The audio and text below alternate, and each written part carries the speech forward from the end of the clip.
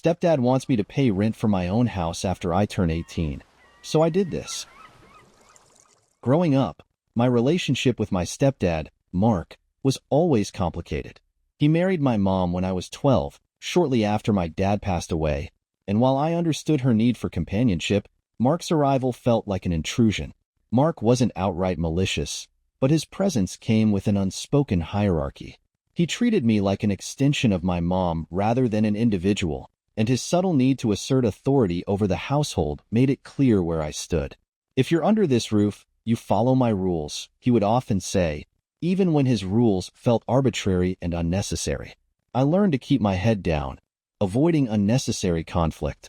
My mom, ever the peacemaker, tried to balance the dynamic, but it was obvious she often felt torn between us. What Mark didn't know, and what I didn't fully understand until I was older, was that the house we lived in wasn't his. It wasn't even my mom's. It belonged to me.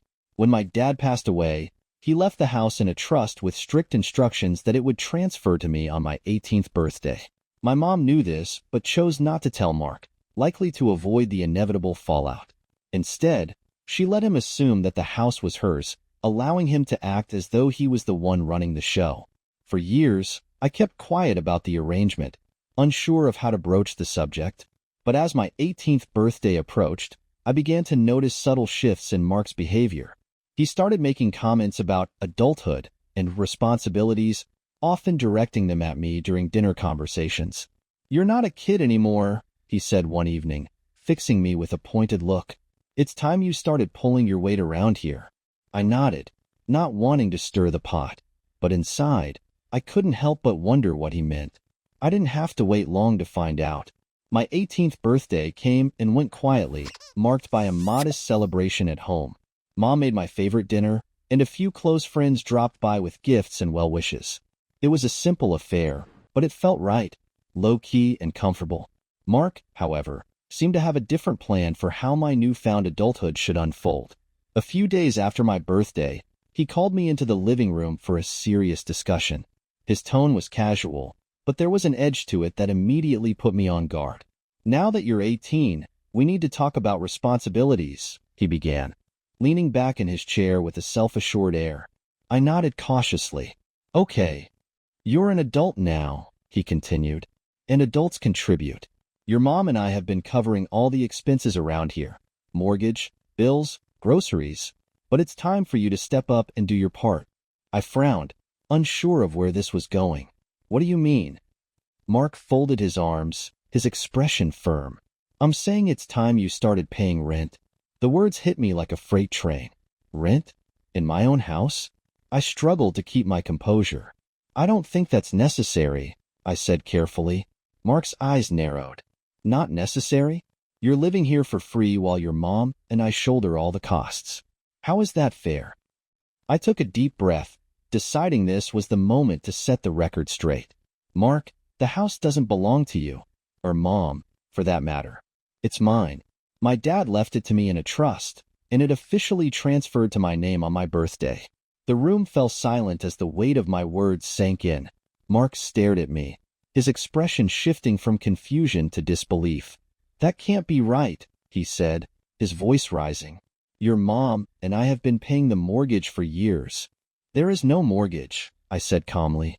"My dad paid it off long before he passed. The only expenses are utilities and maintenance, which I'm more than happy to contribute to. But I'm not paying rent for a house I own." Mark's face turned red, and for a moment, I thought he might explode. Instead, he stood abruptly, pacing the room. "Your mom never told me this," he muttered, more to himself than to me. "She probably didn't want to deal with this exact reaction," I said, unable to hide the edge in my voice. The tension in the room was palpable. Mark looked at me as if I had pulled the rug out from under him, his carefully constructed narrative of authority crumbling before his eyes. "This isn't fair," he said finally, his voice tinged with frustration. "I've put so much into this house."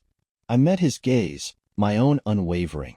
"I appreciate the work you've done, Mark, but that doesn't change the fact that the house belongs to me. I'm not trying to push you out, but I won't be bullied into paying rent for my own property." Mark stormed out of the room, leaving me alone with a mix of relief and anxiety. I knew this was only the beginning. The days following my revelation to Mark were tense, to put it mildly. The house felt like a battleground, with every conversation laced with unspoken resentment. Mark avoided me whenever possible, but when we crossed paths, his passive-aggressive remarks were impossible to ignore. "Must be nice to have everything handed to you," he muttered one evening as I walked into the kitchen. I chose not to engage, focusing instead on making dinner. But his comment lingered, stirring a mix of frustration and resolve within me. A week later, Mark decided to escalate. I came home from work to find him rearranging furniture in the living room.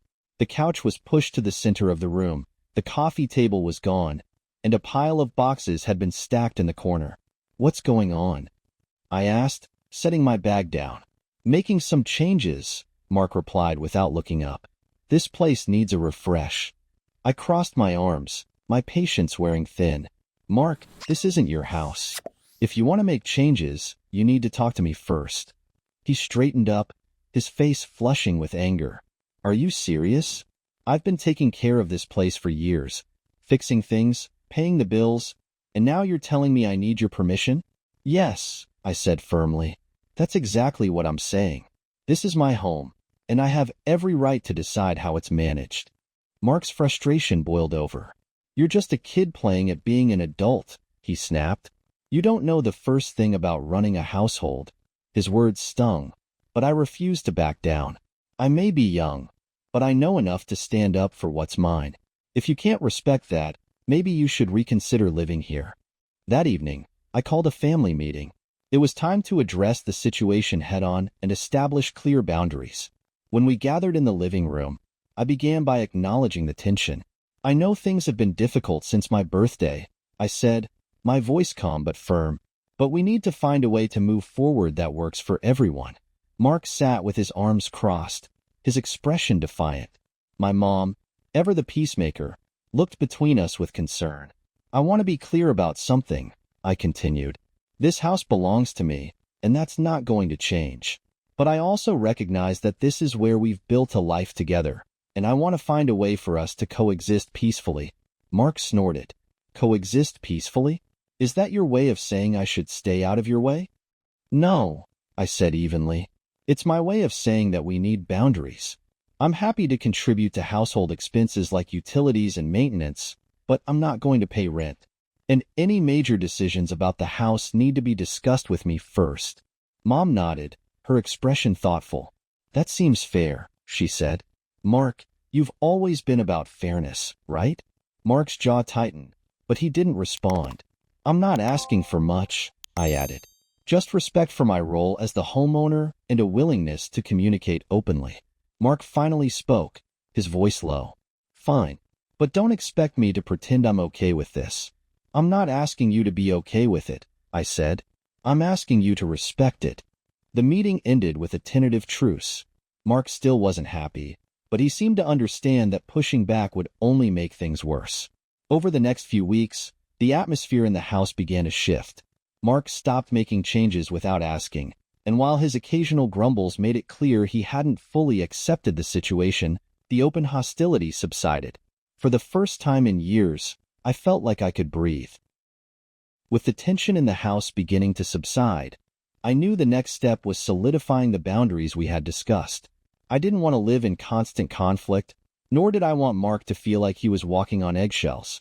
If we were going to coexist peacefully, we needed a clear, structured arrangement that respected everyone's role in the household.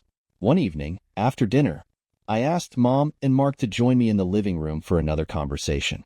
This time, the atmosphere was less charged, though Mark's reluctance was evident in his stiff posture. "I've been thinking about how we can make this living situation work for all of us," I began. "I know the last few weeks have been rocky, but I want us to move forward in a way that feels fair and respectful." Mom nodded, her face softening with relief. Mark crossed his arms but said nothing. "I'd like to propose a shared approach to household expenses," I continued. "Since the house is paid off, the main costs are utilities, groceries, and general maintenance. I'm happy to contribute to those expenses equally." Mark raised an eyebrow. "You think splitting things evenly is fair?" I do, I said, meeting his gaze. We all live here, so it makes sense for us to share the costs. But that also means there's no more talk of me paying rent. This is my home, and I'm not going to be charged for living in a place I own. Mom interjected before Mark could respond. That seems reasonable, she said, her tone gentle but firm. We've always shared responsibilities as a family, and this doesn't change that. Mark exhaled sharply, his frustration still evident. Fine, he muttered. But don't expect me to jump for joy over this arrangement. I'm not asking for joy, I said, trying to keep my tone light. I'm asking for cooperation. With the financial aspect settled, I moved on to the topic of boundaries. I also think it's important for us to respect each other's spaces, I said. That means no making changes to the house without discussing it first, no passive-aggressive comments, and no overstepping. Mark scoffed. Overstepping? What does that even mean? It means recognizing that this is my home and that I have the final say on major decisions, I explained. But it also means that I'm open to input and willing to compromise when it makes sense. Mom gave Mark a pointed look.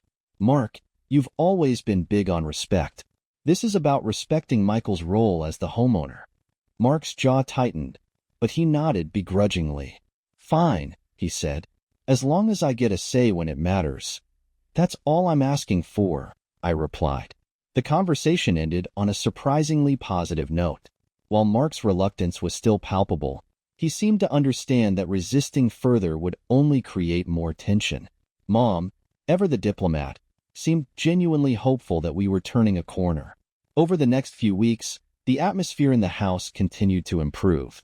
Mark stuck to the boundaries we had set, and while his occasional grumbles about being sidelined still cropped up, they were less frequent and less hostile. I, in turn, made an effort to involve him in household decisions where appropriate, asking for his input on small projects or seeking his advice on maintenance issues. These gestures, though minor, seemed to ease some of his lingering resentment. For the first time in years, the house felt like a home again. The open hostility had been replaced with a cautious but workable truce, and I finally felt like I could breathe. One evening, as I sat in the living room with Mom, she turned to me and said, "I'm proud of you, Michael. You handled all of this with so much maturity." Her words brought a sense of validation that I hadn't realized I needed. "This house was always meant to be your safe space," she continued, "and I'm glad you're taking ownership of it, both literally and emotionally." As the weeks turned into months, the atmosphere in the house became increasingly stable. The tension that had once filled every room was replaced by a cautious calm. It wasn't perfect, but it was progress, and that was enough for me. Mark's behavior shifted in noticeable ways. While he wasn't overly warm or enthusiastic about the new arrangement, he adhered to the boundaries we had established. The passive-aggressive comments became less frequent, and he even started engaging in the occasional casual conversation without the underlying edge that had defined so many of our interactions before. Mom, on the other hand, seemed lighter, as though a burden had been lifted from her shoulders. She no longer had to navigate the constant power struggle between Mark and me, and her relief was evident in the way she laughed more freely and spent more time in shared spaces. For the first time in years, the house felt balanced. Looking back on everything that had happened, I realized how much I had grown from the experience. The situation with Mark had been challenging, at times infuriating, but it had also forced me to step into a role I had never fully embraced before, the role of a leader. I learned to stand my ground, even when it was uncomfortable. There were moments when I wanted to give in, to avoid the conflict altogether, but doing so would have meant sacrificing my sense of self-worth. By asserting my boundaries and taking ownership of the house, I had also taken ownership of my voice. I also gained a deeper understanding of family dynamics. For so long, I had viewed family as an unshakable constant, something that demanded compromise at every turn. But this experience taught me that healthy families require mutual respect and open communication. Mark's initial resistance wasn't just about the house. It was about his own insecurities and his need to feel valued. Once I acknowledged that, I found it easier to approach him with empathy rather than frustration. The process of rebuilding my relationship with Mark was slow but steady. I made a conscious effort to involve him in small decisions about the house, even if they didn't require his input. Whether it was asking his opinion on a new appliance or discussing plans for minor repairs, these gestures seemed to ease his lingering resentment. One evening, as we worked together to fix a leaky faucet in the kitchen, Mark surprised me with a rare moment of vulnerability. "You know," he said, tightening a wrench, "when I first moved in here, I didn't know where I fit. I felt like I had to prove myself, like I had to earn my place." I looked at him, taken aback by his honesty. "I never wanted you to feel like you didn't belong," I said, "but I needed to make sure my dad's wishes were respected too." He nodded, his expression thoughtful. "I get that now. I guess I just didn't know how to handle it at first." It wasn't an apology, but it was as close to one as I was going to get, and in that moment, it felt like enough. The experience also reinforced the importance of valuing myself and my contributions. For years, I had downplayed my own needs to keep the peace, but this situation taught me that self-respect isn't selfish, it's necessary. I began applying this lesson to other areas of my life, from friendships to work relationships. I learned to advocate for myself, to set boundaries, and to walk away from situations that didn't align with my values. One evening, as I sat on the porch watching the sun dip below the horizon, I felt a deep sense of gratitude, not for the conflict itself, but for the growth it had inspired. The house, once a source of tension and resentment, had become a symbol of resilience and renewal. I thought about my dad and the legacy he had left me. This house wasn't just a building. It was a gift, a reminder of his love and his belief in my ability to navigate life's challenges. To anyone facing a similar struggle, I want to say this: you are stronger than you realize. Standing up for yourself isn't easy, but it's worth it. The journey may be uncomfortable, but the sense of peace and self-respect you gain is priceless. Here's to creating spaces, both physical and emotional, that feel truly your own.